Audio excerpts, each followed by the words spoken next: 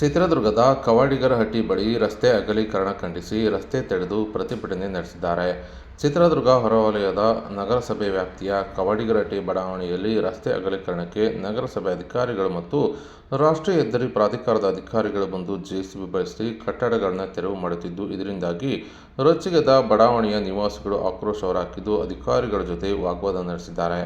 ಏಕಾಏಕಿ ರಸ್ತೆ ಬಂದ್ ಮಾಡಿ ಅಂಬೇಡ್ಕರ್ ಅವರ ಭಾವಚಿತ್ರಗಳನ್ನು ಕೈನಲ್ಲಿ ಹಿಡಿದ ಸಾರ್ವಜನಿಕರು ಆಕ್ರೋಶ ವ್ಯಕ್ತಪಡಿಸಿದ್ದು, ನಗರಸಭೆ ಮತ್ತು ಸರ್ಕಾರದ ವಿರುದ್ಧ ಘೋಷಣೆ ಕೂಗಿದ್ದಾರೆ.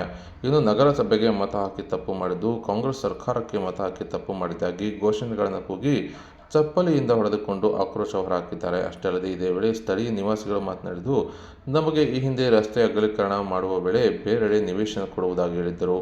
ನಿವೇಶನಕ್ಕೆ ಸರಿಯಾದ ಜಾಗ ಸಹ ತೋರಿಸದೇ ಇದ್ದು 4-5 ಲಕ್ಷ ಹಣ ಕೊಟ್ಟಿದ್ದು, ಇದರಿಂದಾಗಿ ಮನೆ ಕಟ್ಟಲು ಸಹ ಆಗುವುದಿಲ್ಲ. ಬೆಲೆ ಏರಿಕೆಯಾಗಿದ್ದು, ನಾವು ದಲಿತರಾಗಿದ್ದೇವೆ. ಮನೆ ಬಾಡಿಗೆ ಸಹ ಕೊಡಲು ಯೋಚನೆ ಮಾಡುತ್ತಾರೆ. ನಮಗೆ ಆದಷ್ಟು ಬೇಗ ನಿವೇಶನ ಕೊಟ್ಟು ಹಕ್ಕುಪತ್ರ ಕೊಡಬೇಕು. ಅಲ್ಲಿಯವರೆಗೂ ಸಹ ನಾವು ಪ್ರತಿಭಟನೆ ಹಿಂಪಡೆಯುವುದಿಲ್ಲ ಎಂದು ಸ್ಥಳೀಯ ನಿವಾಸಿಗಳು ಹೇಳಿಕೆ ನೀಡಿದ್ದು, ನಗರಸಭೆ ಮತ್ತು ಸರ್ಕಾರಕ್ಕೆ ಎಚ್ಚರಿಕೆ ನೀಡಿದ್ದಾರೆ. ನಗರಸಭೆಗೆ ಓಟ್ ಹಾಕಿ ತಪ್ಪು ಮಾಡಿದ್ವಿ ಕಣಯ್ಯ. ಕಾಂಗ್ರೆಸ್ ಸರ್ಕಾರಕ್ಕೆ ಓಟ್ ಹಾಕಿ ತಪ್ಪು ಮಾಡಿದೀವಿ. ಕಾಂಗ್ರೆಸ್ ಎಲ್ಲ ಬಿಚ್ಚೋಡ್ಕೊಳ್ಳಲ್ಲ.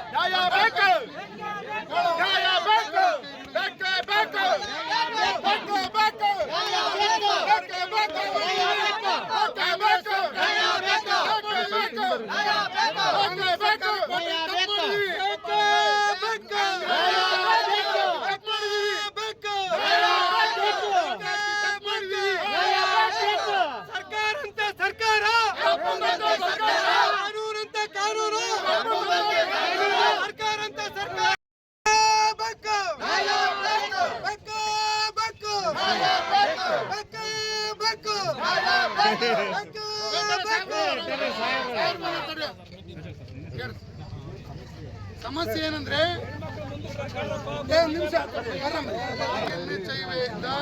ಕಾಂಪೋಸಿಷನ್ ಕೊಟ್ಟಿದ್ದಾರೆ.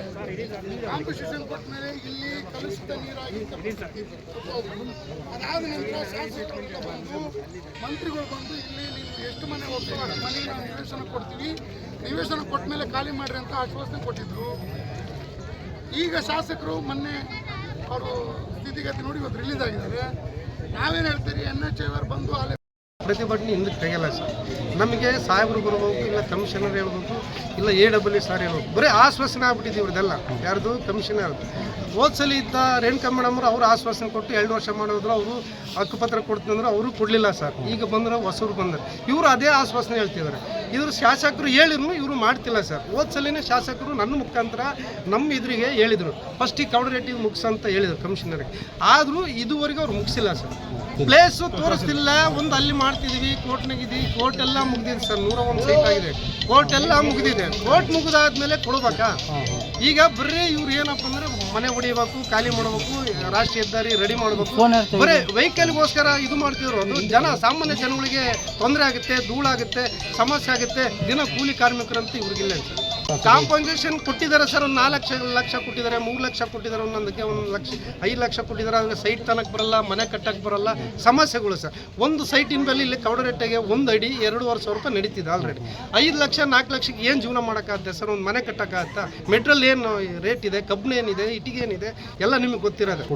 ಬಾಡಿಗೆ ಮತ್ತೆ ಇನ್ನೊಂದು ಸರ್, ಇನ್ನೊಂದು ಮನವಿ, ನಾವು ಅಂಬೇಡ್ಕರ್ ಮಕ್ಕಳು, ದಲಿತರ ಮಕ್ಕಳು, ಮಾದಿಗ ಮಕ್ಕಳು ಇವತ್ತು ಎಲ್ಲ ನಾವು ಬಾಡಿಗೆ ಕೇಳಕ್ಕೆ ಹೋದ್ರೆ ಮಾದಿಗರಂದ್ರೆ ದಯವಿಟ್ಟು ಕೊಡಲ್ಲ ಸರ್. ನಾವು ಅಷ್ಟು ಶೋಷಣೆಗೆ ಒಳಗಾಗಿದ್ದೀವಿ. ನಾವು ರಕ್ತ ಸರ್, ಎಲ್ಲರೂ ಮೈಗರಿತರ ರಕ್ತ, ಕೆಂಪು ರಕ್ತ ಸರ್.